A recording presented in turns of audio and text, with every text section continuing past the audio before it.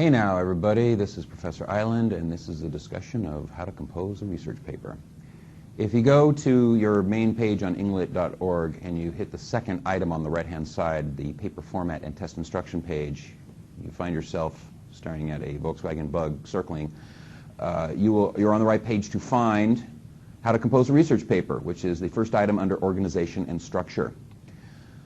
For English 101, the research paper is the second paper. For anything other than English 101 that I teach, every paper that you do for me is a research paper. It is not simply a gathering of your thoughts and ideas and impressions in which you explain to me what you like and dislike about something. In fact, it's nothing like that. A research paper is an objective analysis of a work, either that you've chosen or that has been assigned by me, in which you're going to explain literary context and use primary and secondary text as direct quoted support. As part of that, there are certain formatting elements that you are going to follow, which are covered in other discussions on this website, including things like primary and secondary text, works cited, and things like that. Today what I'm going to talk about is the actual getting things together. For many people, writing a research paper is the last thing they want to do, ever. And getting the process and order actually is the biggest part. You don't know where to start, you're only vaguely familiar with your material, and you need some kind of structure as to what you're going to follow.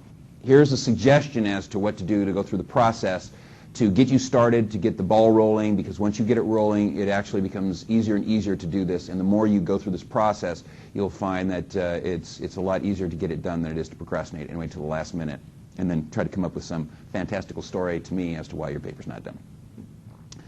The first thing, obviously, that you're going to want to do when you get an assignment, when I tell you to choose your assignment, is read the primary source, the story or poem or play or whatever that you've chosen. Obviously, for English 101, I usually give you a choice of 3 items to choose from for that final paper. For English 103 and for all the other classes, I usually give you a range of things, and you choose it. Now, often you and I will have a discussion as to what you've chosen, and very often I'll say, I need you to okay it with me. But for all intents and purposes, once you've chosen that, I need you to read it through, and read it through well. Have a general idea what the story's about, what the poem's about, something along those lines, and get a feel for it before you do any work. Then go through it again, and this time either use post-it notes or highlighters or whatever you want to do, whether you want to save your book to resell or you're going to keep it as pristine as the day you found it. Start writing things down. Mark passages that are important. Identify things like symbolism or irony or conflict. Identify things like a conflict between gender if you're going to do a feminist analysis or a gender analysis or an historical analysis in an English 103 class. Find the ironies and things like that if you're doing an English 101 class. Go through and kind of break things down so that you have little signposts that identify what's going on in your primary source. Then reread the assignment. Make sure that what you're doing is following what I asked you to do. For example, on the final research paper for English 103, I will often give you a list of critical perspectives that really includes just about everything. But for the first paper, very often it is limited. Do not go beyond what I ask you to do, and don't include things that are not on the list. This also goes for writing tests as well. For English 101, make sure that you're staying within the confines of the assignment. If you're aware of things like feminist criticism or psychoanalytical criticism, we're not doing that in this class. English 101 does not cover those things. We're doing essentially formalist criticism, which means you're discussing symbolism, irony, conflict, theme, setting, those types of things. You need to stay within that context. Remember, do the assignment. Doing extra beyond the assignment just means that you can't follow directions, so make sure you do the assignment.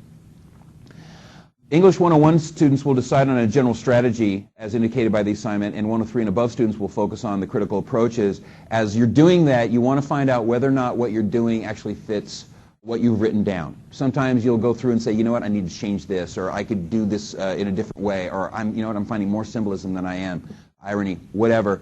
It helps you to strategize and make sure that your primary source is really now fully ingrained in your mind and that you really understand what you're doing with it. You will then try to write some informal paragraphs. For English 101, what I would have you do is pick a scene or some kind of element, like a conversation between 2 characters. Identify the easiest thing. What's the setting? Who are the 2 characters? What is the main conflict between them? Is there symbolism? Is there irony? Is there situational irony of what they're doing? Is there any verbal irony as they talk back and forth? Is there any dramatic irony? And what you're doing is you're staying within that context. What I do not want you to do is write me a paragraph on all the symbols in the story, or all the conflicts in the story, or all the ironies in the story. Because what's going to happen is you're going to go through the entire story in a paragraph talking about symbols, and you're going to go through the entire story again in another paragraph talking about conflicts. And not only is it repetitive, it doesn't show that you see how these literary ideas are actually used together to create a powerful moment in a work. For English 103 and above, each paragraph is going to be its own critical perspective. One paragraph is going to be on biographical analysis, how the story may or may not apply to the author, him or herself. Another paragraph is going to be on a psychoanalytical perspective, perhaps discussing how the character in a story claims to be one thing but is revealed as something else, or how the work is in some way as a reflection of the author's own life or desires or fears or whatever it happens to be. Each paragraph is going to be its own critical perspective. I do not want you to mix critical perspectives within a paragraph, and I don't need 3 paragraphs on psychoanalytical criticism that all talk about the author hiding something. All right, it's important that you kind of separate these things out and write these individually. You're not trying to put anything in order at this point. You're just getting ideas out so that way you have the raw material. You have a paragraph here, a paragraph here, a paragraph here, a paragraph here. You might think of something else, grab a new piece of paper, create another paragraph, and the idea is that you gather this all together without the notion that you're going to sit down and write a formal paper. Instead, you're cobbling it together as things come to you, and it allows your brain to work in a more relaxed way and to talk about what you actually know and what you actually think, rather than trying to create something formal when there's nothing to work with at that point. After you do this, you're going to, as you write each individual paragraph, you're going to look through the primary text and find these support elements. Primary text directly quoted that you're going to use within those individual paragraphs to support whatever that you're writing about. And then you're also going to go to the library or log on to the internet and find credible secondary sources that you're also going to directly quote from that fill in. So each paragraph now is going to be a focused discussion in English 101 on a particular scene and the symbolism and irony and whatever in there, and the primary source where that happened in the story, and then the secondary sources, what the resources have to say about it and support, and that creates a cohesive paragraph. For English 103 and above, it's going to be, an historical criticism, and you have the primary source that has a particular phrase or idea or something like this, and then secondary sources that explain the historical context, and it's going to be a cohesive individual thing, and you do that for each paragraph that you're creating. As you're going through some of these secondary sources, they will mention the specific literary terms that you're looking for, and certainly as part of your search, especially if you go through EBSCOhost and the Gale Literature Resource Center through the library, as part of the search engine, you can type in something like Edgar Allan Poe, The Black Cat, irony, and it'll find all these articles that specifically discuss irony, that specifically discuss symbolism, etc. The same thing for the critical perspectives. You can type in, Stephen King, The Stand, feminist, and anybody who's written discussing the feminist aspects or feminist criticism of that particular work is going to be within those things, and you can pull those things out and use them to create a focused paragraph. Go through the story again once you've done this, because after you started reading the secondary sources, you're going to read stuff that you may or may not have seen before, and it's the stuff you haven't seen before. You're like, hey, wow, I didn't see that. You can then go through and then build on those paragraphs, or even create new paragraphs. Wow, I didn't see that thing about new historical criticism. I have another idea for a new paragraph. I didn't see that thing about that particular scene in the story. I didn't understand it. Now I do. I can write a paragraph about that particular scene. Then you want to read your paper. And as you read it, you're going to start deciding, you know what, I like this paragraph early on. It's fairly structured and basic. Usually things like biographical and historical criticism are often placed early in an essay, and the more complicated things like psychoanalytical or cultural might go toward the end. For English 101, very often you might be inclined to basically discuss the story chronologically, but you may find that perhaps the most complicated and interesting thing happens in the middle of the story. Do the simple stuff that happens in the story early on, and then analyze the more complicated things later on. Put things in, and put the paragraphs in a logical order. You can always change it around. That's a great thing about working with a computer. You just cut and paste and move it around. And then try to write an introduction. You'll notice I haven't mentioned introduction or conclusion until this point. It's because you need to write your paper first and then decide what your point is. You might have a general idea. I'm going to write this thing about Edgar Allan Poe's To Helen, because it's a great poem.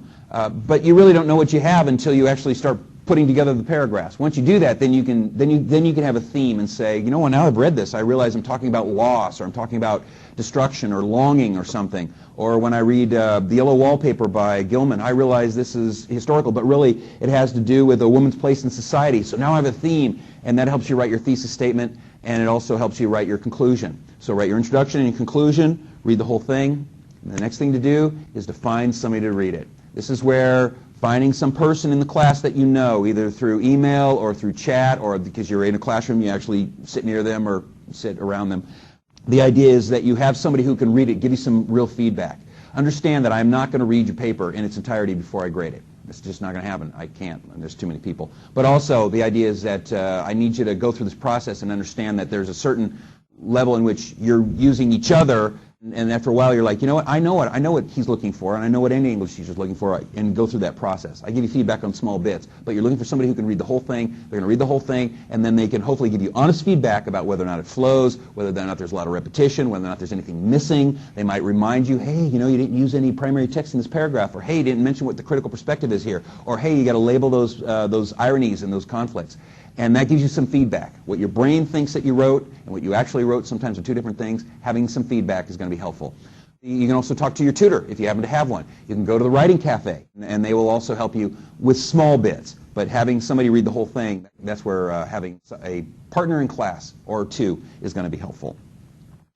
Then go make changes. Take seriously what somebody says. If it completely goes against what you think is going on, then don't make the changes, but sometimes they'll come up with good things. Rewrite your paper, organize, clean up, things like that, structure it, and ultimately hand it in to me. Right now for MLA, title pages are not standard. However, a works cited page is. A research paper must have a works cited page, and as you're gathering your resources, both your primary sources and your secondary sources, you should be keeping tabs on what you have, the author, title, all that other kind of stuff. This is all discussed in the primary and secondary source discussion, as well as the works cited discussion on this website. But make sure you're keeping that stuff.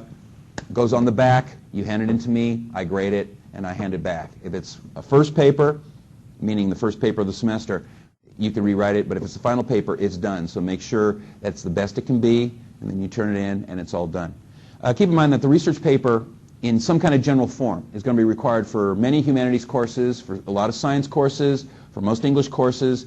Going through this process of logically breaking it down, and instead of trying to sit down and write a paper out of nothing, start cobbling things together and do it in bits and pieces will help you to create something over a period of time, the period of time that I give you to write the paper, and ultimately will create a solid paper that will yield for you a good grade. I hope that helps. Stay in touch.